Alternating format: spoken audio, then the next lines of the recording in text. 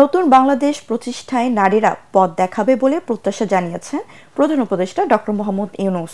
রাজধানী ওসমানী স্মৃতি মিলনায়তনে রোকেয়া দিবস উপলক্ষে আয়োজিত অনুষ্ঠানে প্রধান অতিথি বক্তৃতায় তিনি একথা বলেন। এই সময় প্রধান উপদেষ্টা বেগম রোকেয়ার দেখানো পথে সমাজের প্রতিটি স্তরের নারীর ক্ষমতায়ন নিশ্চিত তাগিদ দেন।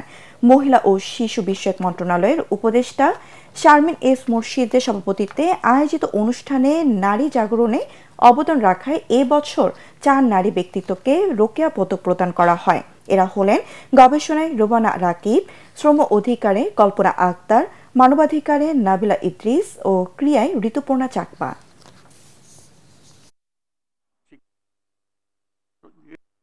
আজকের যে নারী সমাজ, গণ অভ্যুত্থান পরবর্তী নারী সমাজ, সেটা ভিন্ন নারী সমাজ, নতুন বাংলাদেশ গড়ার নারী সমাজ। এদের মাধ্যমে এই নতুন বাংলাদেশের যাত্রা শুরু। তারা শুধু নারীদের নয়, সবাইকে উজ্জীবিত করবে। সেই জন্য তাদেরকে উঁচু করে ধরে রাখা আমাদের জন্য এত দরকার। বেগম রোকেয়া কদ্দূর এগিয়ে দিয়ে গেছে, আমরা অনেক দূর নিয়ে যাব। আর কিছু করতে না পারি, স্বপ্নটা তো দেখতে পারি। বেগম রোকেয়া তাই করেছে, স্বপ্ন দেখে গেছে। বেশি কাজ করতে পারেনি, স্কুল করেছে, ঠিক আছে, কিন্তু আমরা অনেক কাজ করতে গেছি। আজকে টেকনোলজির যুগে পারা যায় না এমন কোনো কাজ নেই। সব মশার বিরুদ্ধে সুরক্ষা দিতে এলো বসুন্ধরা এক্সট্রিম অ্যারোসল, মশার বিরুদ্ধে এক্সট্রিম সুরক্ষা।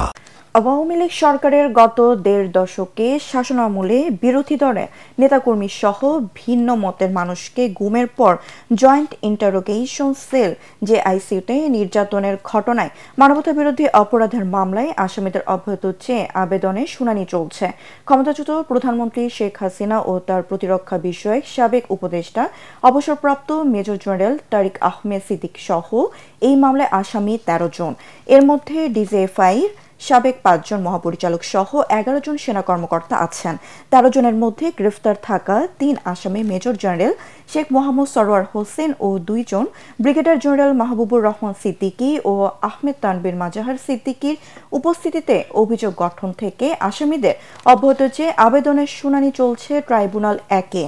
গত রোববার রাষ্ট্রপক্ষের আসামিদের বিরুদ্ধে অভিযোগ গঠনের আবেদন জানিয়ে শুনানি শেষ করেন চিফ প্রসিকিউটর তাজুল ইসলাম। অন্যদিকে ট্রাইব্যুনাল 2-এ জুলাই আন্দোলনে রংপুরের শিক্ষার্থী আবু সাইদ হত্যা মামলায় রাষ্ট্রপক্ষের 22তম সাক্ষী হিসেবে সাক্ষ্য দিচ্ছেন জুলাই যোদ্ধা ও সেই সময়ের অন্যতম সমন্বয়ক হাসনাত আব্দুল্লাহ। রাজধানীর মোহাম্মদপুরে ভাড়াবাসার নির্মম হত্যাকাণ্ডের শিকার মা লাইলা আফরোজ ও মেয়ে নাফিসা লাওয়াল বিনতে আজিজের মরদেহ নেওয়া হয়েছে তাদের নিজ জন্মস্থান নাটোরে। ভোররাতে মরদেহবাহী অ্যাম্বুলেন্স নাটোর শহরের বড়গাছা এলাকায় বাসায় এসে পৌঁছায়। নির্মম এ হত্যাকাণ্ডে শোকে স্তব্ধ স্বজনরা। পরিবারের পক্ষ থেকে জানানো হয়েছে বাদ জোহর নবাব সিরাজউদ্দৌলা সরকারি কলেজ মাঠে জানাজা শেষে গাড়িখানা কবরস্থানে তাদের দাফন করা হবে। সোমবার সকালে রাজধানীর মোহাম্মদপুরের বাসায় খুন হন স্কুল শিক্ষক এজেড আজিজুল ইসলামের স্ত্রী লাইলা আফরোজ ও মেয়ে নবম শ্রেণীর ছাত্রী নাফিসা লাওয়াল বিনতে আজিজ।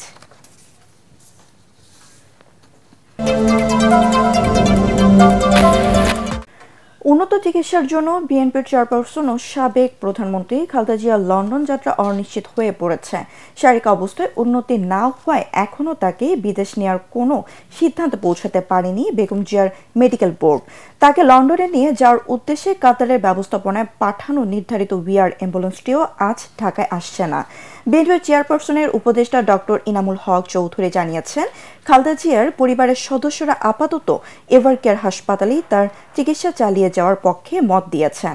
শারীরিক অবস্থার উন্নতি হলে তাকে বিদেশে নেওয়ার বিষয়টি নতুন করে বিবেচনা করা হবে।